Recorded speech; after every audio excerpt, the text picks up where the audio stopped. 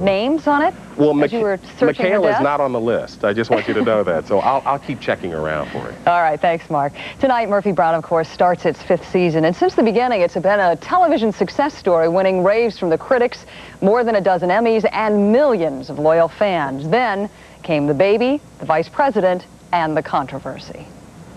It doesn't help matters when primetime TV has Murphy Brown, a character who supposedly epitomizes today's intelligent, highly paid professional woman, mocking the importance of fathers by bearing a child alone and calling it just another lifestyle choice.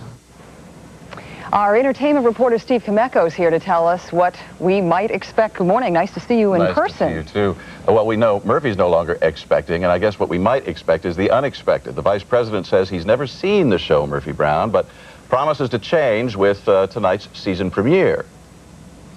I'm going to make sure that I watch that hour special because I understand by the media reports that it's going to be about me. And some have already labeled it Murphy Brown's a revenge. So I'm going to tune in, and I'll also make a little bit of prediction. I have a hunch Murphy Brown's going to find a father for that baby. For those of you out there who, like the vice president, may be unfamiliar with Murphy Brown, a little background. Murphy engaged in a romantic interlude with her ex-husband Jake. She got pregnant. Both were uncertain about remarrying, and Murphy decided to join the ranks of single parents. This is the hardest decision I've ever had to make. But I'm exercising my choice to have this baby. Murphy creator Diane English doesn't see any problem with her heroine raising a child alone. Murphy is a mature, successful, intelligent woman. In plain English, so to speak, any other option would have been wrong for the character. She's made this decision based on responsibility, and I don't see really what the problem is. And I don't think that anybody over at Murphy Brown is desperately looking to find a father because that's the right thing to do. English has turned the writing and executive producing chores over to Stephen Peterman and Gary Donzig. They penned tonight's episode, and they think Mr. Quayle should stick to politics and forget about pitching story ideas. At first it was a surprise, and then it was a little scary how big it got. And now we think it's really getting kind of stupid and silly. There are things in the country that really need to be addressed. Yeah. And this becomes frivolous at some point.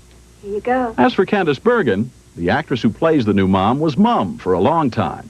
But she used the night she picked up her 3rd Emmy as star of the Emmy-winning Outstanding Comedy Series as her forum. And a serious thing happened on the way to her forum.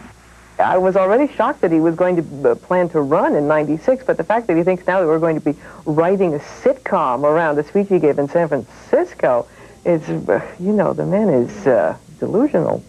The baby will have a very loving and caring and vast extended family. The creative staff behind Murphy Brown feels neither defensive nor irresponsible.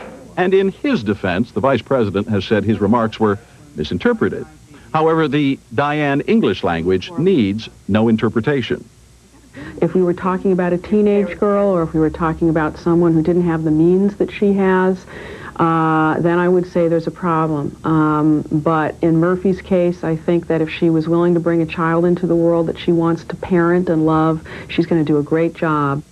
And when my soul was in the lost and found, how you came along to claim it. There are all kinds of families, and that's something that I wish the people in Washington would recognize and stop pointing the finger at fictional television characters. You make me feel like a natural woman. Now, we know the episode is not called Murphy's Revenge. We know she will respond to the vice president's remarks. We don't know what the baby will be named. Do we think the baby will be named Dan? Danforth? Jay Danforth? I don't think so. Not likely. All right, thanks a lot, Steve. Let's go to the newsroom now, where Harry is standing by. Good morning again. Thanks, Paula. The vice president's attack on Murphy Brown touched off a debate that might even have surprised Dan Quayle, and no matter how you define it, family values became a red-hot issue. Moral values are what the American people care most about. Dan Quayle had struck a nerve, and throughout the summer of '92, the Veep never missed a chance to talk about topic A. Family values is neither meaningless nor mean-spirited. It reflects a concern for the well-being of our families. In time, Mr. Quayle's boss picked up the theme. And so I'm not going to be dissuaded by the critics who call family values a cliche, who say that family values have no place in our national debate. A debate Bill Clinton was eager to join. There are so many people in America who believe in family values and hard work and who play by the rules, and they're still getting the shaft. At this summer's Republican convention, the issue of family values was used to pummel the Democrats. When Bill Clinton talks about family values, I don't believe he's talking about either families or values. But to soften that message, the GOP presented Barbara Bush.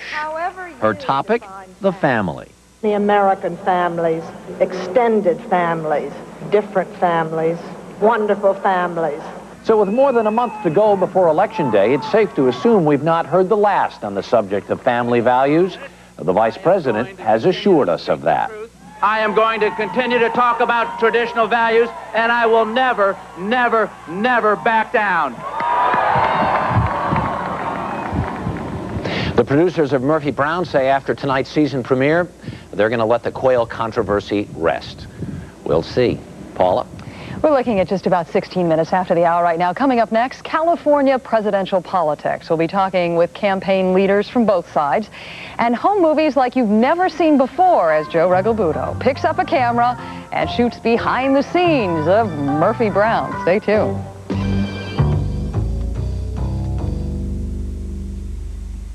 Our mom loves us. How do we know? She only buys the streets by Nabisco. For years, moms have been showing how much they care with delicious Nabisco cookies like Chips Ahoy and Fruit Newtons and Nabisco Premium Crackers. Today's mom feels good about giving her kids Nabisco Snackwell's reduced fat cookies and fat-free Mr. Phipps pretzel chips. Purchase these Nabisco products at your favorite store today. Nabisco cookies and crackers every day for our lunch. Aren't we so lucky our mom loves us a bunch? At this new Child Development Center, Central Iowa children and their families are building new learning skills that will last a lifetime. The center provides quality daycare that their parents couldn't otherwise afford. And the United Way makes it possible. All of us at Norwest Bank encourage you to support the United Way. With your help, we can make Central Iowa a better place to live. Not only for these kids, but for all of us. Together, we're better. Snowbirds, here's your chance. Over 20 top dealers will be offering the year's best prices at the Greater Iowa RV and Boat Show at Vets in Des Moines, September 23rd through 27th. This is the Midwest's largest show of the year. See 2 full floors and outside displays of 1993 model boats, campers, fifth wheels, travel trailers, and motor homes, plus 92 closeouts, too. Register to win a week's use of this beautiful motor home. Don't miss the Greater Iowa RV and Boat Show, September 23rd through 27th at Vets Auditorium in Des Moines, Iowa. Take the 5th Street exit off I-235. For life's medical emergencies, the last thing you need is to wait. That's why Des Moines General's Emergency Department offers pre-registration. So not only do you find a weather-protected entrance and emergency care that's easily accessible, you also get immediate attention without the wait you'll find elsewhere. At Des Moines General, we believe in waiting on you, not you waiting on us. Call for a free brochure on how to pre-register. Des Moines General Hospital. Better at what matters.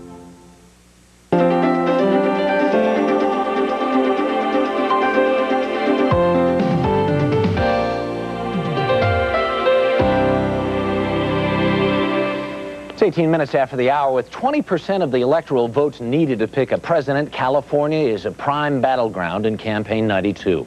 California's respected field poll shows Bill Clinton easily winning a 2-way race, and even a 3-way race if Ross Perot gets back in. The latest LA Times poll also shows Clinton with a clear edge in a 2-way race or a 3-way contest.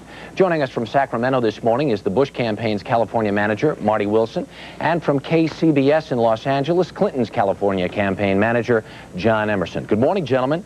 Good morning. Marty, folks are saying right now it's going to take a miracle for George Bush to win in California. You got any? Well, I think that in some respects that California has sort of been left off the election map this year. We didn't have a primary campaign in California. It was fairly well decided by the time the race came to us in June. So I think that people have really not focused on who they're going to vote for. And I think in the next couple of weeks they'll start to make that focus, and I predict the race is going to narrow substantially. John, it's interesting because if you go back to the primary season, there was not much love around California for Bill Clinton. There's tremendous support now, but do you really think it's support for Bill Clinton or really a vote against George Bush? Oh, I think it's very definitely support for Bill Clinton. What there was in California throughout the spring was a tremendous amount of frustration. We're in the worst recession, the third year of the worst recession here since the Great Depression. And the fact of the matter is George Bush does not understand that. He's got no record to run on in terms of building our economy. He's got no plan for the future. Bill Clinton has one. People were able to see that during the Democratic Convention. They've heard a lot from Bill Clinton and his running mate Al Gore here in California, and they understand he's got the best shot at rebuilding our economy and helping to restore the California dream. Marty, you Republicans ought to own this state. 9 of the last 10 presidential elections, California went to Republican. Even in Orange County, Republicans don't like George Bush. How come? Well, first off, California is a Democrat state. That's a little-known fact to the rest of the nation, but they hold a good 10-point lead in registration over us. And so for Republicans to win this state, we've always had to fight and scratch and claw to get ourselves to the top. And I predict we will do that again this time. Fact is that John's very correct when he talks about the economic problems in this state. We are in the worst recession since the Great Depression, and I think that there's going to be a tendency among voters right now to blame the party in power, or the perceived party in power, and that's going to be the Republicans. We have to overcome that. You know, Harry, my problem with that argument is when things are going well, they take credit for it. The fact is the Republicans have been in charge in this country for 12 years, in California for 10 years, and look where their policies have gotten us. It is time for a change, and it's time for some of the new, bold ideas of Bill Clinton and Al Gore. And well, John, let me ask you, though, as bad as the problems are here, might it be unrealistic for people to think that a single person could deliver California from all its ills? Well, I think it's a question of a re-emphasis and change. We've had an economic policy where basically the only consistent piece of that policy from George Bush is how to get tax breaks for the wealthy. Bill Clinton has a different approach. It's an approach that involves investing in people, rebuilding our education system, rebuilding high-wage jobs, which have been the linchpin of the California economy, and it's time to move in that direction. I mean, Bill Clinton doesn't say he's going to wave a magic wand, but those policies can help bring us back. Thanks. John, Marty, thank you so much. Do appreciate it. 22 after the hour. We'll be right back. From Murphy Brown. He began life with the deck stacked against him, placed in an orphanage in the waning days of the Great Depression. He was adopted by an Iowa farm couple, and their love gave the infant a second chance. As the boy grew up on the family farm, his parents taught him the value of hard work and Iowa common sense. Jim Ross Lightfoot served his country, worked as an agribusinessman, and became one of the Midwest's leading farm broadcasters. And he never forgot the values taught him by his parents, Elmer and Alpha Lightfoot. I grew up on this farm. It was here I came to realize how special our way of life really is. I think it's a way of life worth preserving for our children and grandchildren. Jim Ross Lightfoot takes a lifetime of Iowa common sense to Washington. Jim Ross Lightfoot, Iowa values working for us.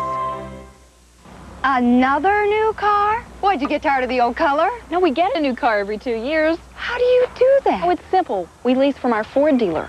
Isn't that expensive? You get a lot more car for your money when you lease. I got this new Taurus with a great stereo, power, everything, even dual airbags for a lot less than you'd think. For a limited time, you can get special lease rates on Taurus, so see your Ford dealer today. So thanks to our Ford dealer, we get a new car every 2 years. In 2 years, I'm lucky to get new windshield wipers.